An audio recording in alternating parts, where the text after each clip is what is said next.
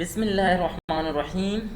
Welcome to nursing lecture with Imtiaz. Dear student, in today's lecture we will discuss about the acromegaly, and all credit goes of this lecture and PowerPoint presentation to our respected associate professor, Dow University of Health Sciences and Midwifery, Sir Badil Das. So let's start the presentation, that is acromegaly. Objective हमारे इस lecture के होंगे कि हम acromegaly को define करेंगे, इसके अलावा पैथोफिजियोलॉजी को समझेंगे, साइन एंड सिम्टम को आइडेंटिफाई करेंगे, लेस इन्वेस्टिगेशन कौन से ब्लड या इन्वेस्टिगेशन टेस्ट हम इस पेशेंट के लिए कर सकते हैं, इसके अलावा इसकी मेडिकल मैनेजमेंट क्या है। तो चलिए स्टार्ट करते हैं एक्रोमेगेली को। Acromegaly is a hormonal disorder. सबसे पहले ये याद रखो कि ये हार्मोनल डिसऑर्डर है, हार्मोन के अंदर एबनॉर्मेलिटीज़ आ जाती है that result when the pituitary gland produce excessive growth hormone. अब सबसे पहले बात ये याद रखो कि हार्मोनल डिसऑर्डर है, और सेकंड नंबर पे ये याद रखो कि ग्रोथ हार्मोन की डिसऑर्डर है, लेकिन ग्रोथ हार्मोन की एक्सेसिव प्रोडक्शन की वजह से एक्रोमेगेली डेवलप हो जाते हैं। तो डिफिनीशन बहुत इजी है कि हार्मोनल डिसऑर्डर है, कौन से हार्मोन के अंदर खराबी आ जाती है, ग्रोथ हार्मोन के अंदर। और ग्रोथ हार्मोन कहाँ से सिक्रीट होते हैं, पिट्यूटरी ग्लैंड से, यानी इंटीरियर पिट्यूटरी ग्लैंड के सेल से, और एक्सेसिव प्रोड्यूस होते हैं तो एक्रोमेगेली डेवलप हो जाते हैं।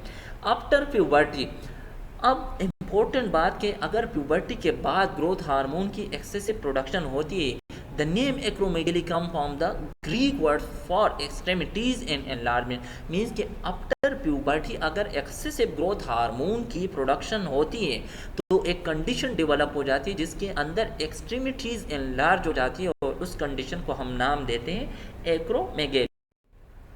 Over production of growth hormone cause excessive growth. अब अगर ग्रोथ हार्मोन का काम होता है तो वो ग्रोथ को बढ़ाना होता है, अगर ओवर प्रोडक्शन है ग्रोथ हार्मोन की तो क्या होगा, एक्सेसिव ग्रोथ होगी। लेकिन बच्चों के अंदर अगर over production of growth hormone है तो हम बच्चों के अंदर इस डिजीज को या इस कंडीशन को कहते हैं जाइजेंटिज्म, वाइल एडल्ट के अंदर हम इसी सेम कंडीशन को नाम देते हैं एक्रोमेगेली। Pathophysiology of acromegaly. अब बात करते हैं कि कौन से नॉर्मल फिजियोलॉजी अल्टर हो जाती है। तो सबसे पहले बात करते हैं characterize by growth hormone excessive. सबसे पहले क्या खराबी आ जाती है कि एक ग्रोथ हार्मोन की एक्सेसिव प्रोडक्शन होती है, typically cause by growth hormone secreting pituitary adenoma. अब यहाँ पे काज की भी बात की है कि अगर पिट्यूटरी ग्लैंड के अंदर एडेनोमा हो तो ग्रोथ हार्मोन की सिक्रीशन बढ़ जाएगी, इंक्रीज हो जाएगी। Uncontrolled tumour growth production cause elevated serum insulin growth factor 1। अब अगर अनकंट्रोल अगर ट्यूमर है, एडेनोमा है, और उसको ट्रीट नहीं करते तो होगा क्या कि कंटिन्यूसली ग्रोथ हार्मोन की प्रोडक्शन होगी, जिसकी वजह से इंसुलिन लाइक ग्रोथ फैक्टर 1 की मकदार इंक्रीज हो जाएगी सीरम के अंदर। इसके अलावा increase growth hormone and insulin growth factor 1 level cause the sign and symptom of acromegaly. जब भी बॉडी के अंदर ग्रोथ हार्मोन और इंसुलिन लाइक ग्रोथ फैक्टर 1 की मकदार या लेवल इंक्रीज हो जाती है तो साइन एंड सिम्टम डेवलप हो जाती है। अगर वो एडल्ट है तो एक्रोमेगेली होगा, अगर वो बच्चे हैं यानी यंग चिल्ड्रन है तो हम उसको कहते हैं कि दिस इज जाइजेंटिज्म। अब इस पिक्चर के अंदर आप लोग देखें कि हाइपोथैलेमस क्या कर रहा होता है कि वो एक पिक्टर या हार्मोन रिलीज करते हैं जिसको हम कहते हैं growth hormone releasing hormone. Interior pituitary उसके रिस्पॉन्स में क्या कर रहा होता है, इंटीरियर पिट्यूटरी के सेल ग्रोथ हार्मोन रिलीज करते हैं, और ग्रोथ हार्मोन का टारगेट टिश्यू होल बॉडी होती है। लेकिन यहाँ पे लीवर और आल टिश्यू, यानी लीवर के पास जब ग्रोथ हार्मोन जाते हैं तो वहाँ से इंसुलिन लाइक ग्रोथ फैक्टर 1 और आल बॉडी टिश्यू इसके टारगेट टिश्यू होते हैं।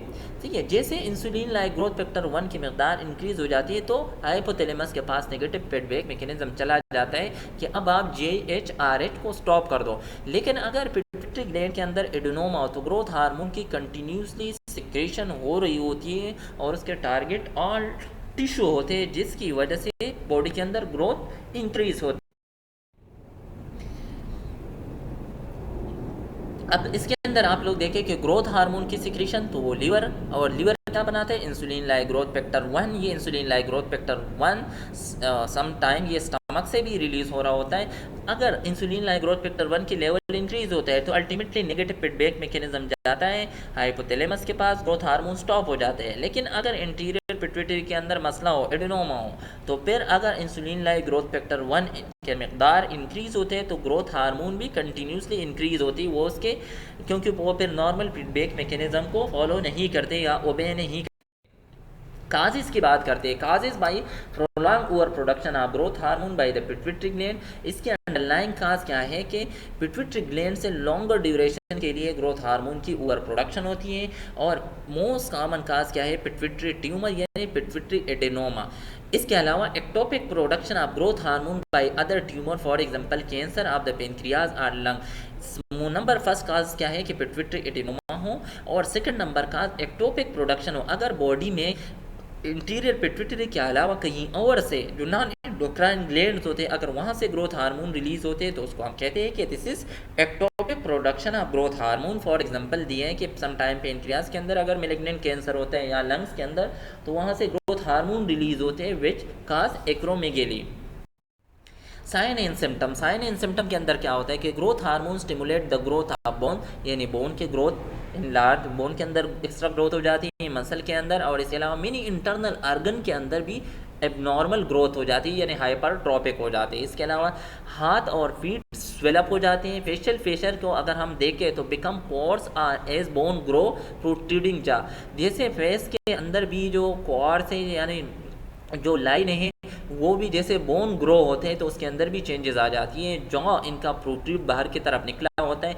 Voice depending cartilage in the voice box, larynx में थिकन। इसके अलावा वॉइस इनकी थिक हो जाती है, मीन्स कि आवाज़ इनका मोटा हो जाता है, क्योंकि अगर कार्टिलेज जो वॉइस बॉक्स या लेरिंग्स के अंदर प्रेजेंट है अगर उसकी एक्स्ट्रा ग्रोथ होती है। इसके अलावा इनकी लिप्स इनलार्ज होते हैं, नोज और टंग ये इनके इनलार्ज होते हैं। इसके अलावा डीजेनरेटिव आर्थराइटिस होते हैं इनको। रिब्स इनके थिक हो जाते हैं, क्रिएटिंग अ बैरल चेस्ट है, इसे लग रहा होता है जैसे पेशेंट बैरल चेस्ट के साथ है। जॉइंट के अंदर इनको पेन होता है। हार्ट का साइज इनलार्ज होता है। ओपन से बॉडी ओडोर, और इसके अलावा बॉडी से ओडोर यानी स्मेल भी आती है। इसके अलावा गैलेक्टोरिया भी इस पेशेंट को हो जाता है।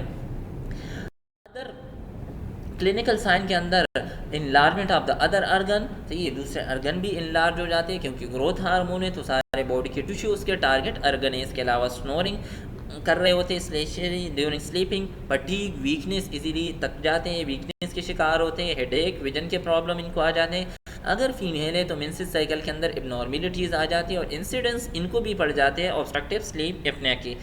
Frontal bossing, thickening of the nose, macroglossia means के इनकी ज़बान यानी टंग इनलार्ज हो जाती है। प्रोग्नेटिज्म के अंदर क्या होता है कि मैंडिबल बाहर की तरफ प्रोट्रूड हुआ होता है। Women can have mild hirsutism. इसके अलावा अगर फीमेल है तो उनको एक्स्ट्रा से बॉडी हेयर होते हैं जिसको हम कहते हैं कि हर्सुटिज्म, लेकिन माइल्ड होता है। इस पिक्चर के अंदर आप लोग देखें क्लिनिकल मैनिफेस्टेशन हमें एक बार फिर के प्रोमिनेंट सुप्रा ऑर्बिटल रिब, इसके अलावा विजुअल फैक्ट डिफेक्ट के अंदर हमें नज़र आ रहा होता है। Hypertrophy, sweet and sebaceous dent की थी। इसके अलावा कार्डियोमेगेली जिसकी वजह से hypertension, sexual dysfunction, peripheral neuropathy, ये सारे क्लिनिकल साइन हमें नज़र आते हैं एक्रोमेगेली वाले पेशेंट। टीथ इबनॉर्मेलिटीज़, जॉ इबनॉर्मेलिटीज़ हमें नज़र आते हैं। इस पिक्चर के अंदर आप देखें कि टीथ भी इनलार्ज है। इसके अलावा लिप्स को अगर देखते हैं तो वो भी हमें इनलार्ज मिलते हैं। या इसके अंदर आप देखें हैंड्स, पेट्स, फेस को देखें उसके अंदर जो लकीर है वो चेंज है। हैंड पेट्स को देखें, इसके अंदर स्पेशली लोअर लिम्स को अगर आपको नज़र आ रहे हैं बिल्कुल क्लियर है पिक्चर के अंदर। एक्रोमेगेली की अगर हम बॉडी है अगर एडल्ट है तो उनकी बॉडी की जो नॉर्मल हाइट होती है उससे ये ज़्यादा होते हैं, मीन के जो इनकी हाइट है वो ज़्यादा होती है as compare to normal as.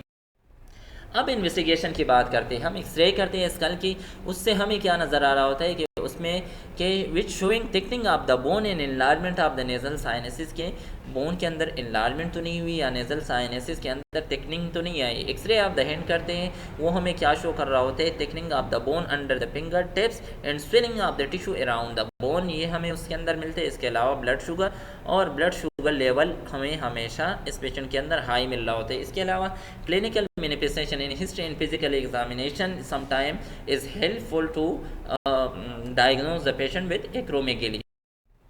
इसके अलावा ग्रोथ हार्मोन और इंसुलिन लाइक ग्रोथ फैक्टर 1 हम चेक करते हैं। Both growth hormone insulin like growth factor 1 level high है, हमें हाई मिलता है। सिटी स्कैन और एमआरआई करते हैं कि ताकि पिट्यूटरी एडेनोमा तो नहीं है। इकोकार्डियोग्राम हम करते हैं which show enlargement of the heart, वो सिर्फ हम हार्ट की एनलार्जमेंट के लिए कि आया हार्ट के अंदर हाइपरट्रोफी हुई है या नहीं हुई, यानी कार्डियोमेगेली है या नहीं। ट्रीटमेंट के अंदर हम क्या करते हैं, अगर anterior pituitary most common cause इसके पिट्यूटरी एडेनोमा है तो हम सर्जरी करते हैं, transsphenoidal surgery to remove the pituitary adenoma. इसके अलावा रेडिएशन थेरेपी करते हैं, वो सेल जिसके अंदर एडेनोमा है उसको रिमूव करते हैं। इसके अलावा ड्रग थेरेपी के अंदर हम ब्रोमोक्रैप्टेन, ये सिंगल ड्रग्स है जो हम यूज़ करते हैं for the patient of acromegaly. Thank you for watching this video. For more video, please visit Nursing Lecture with Imtiaz. Thank you.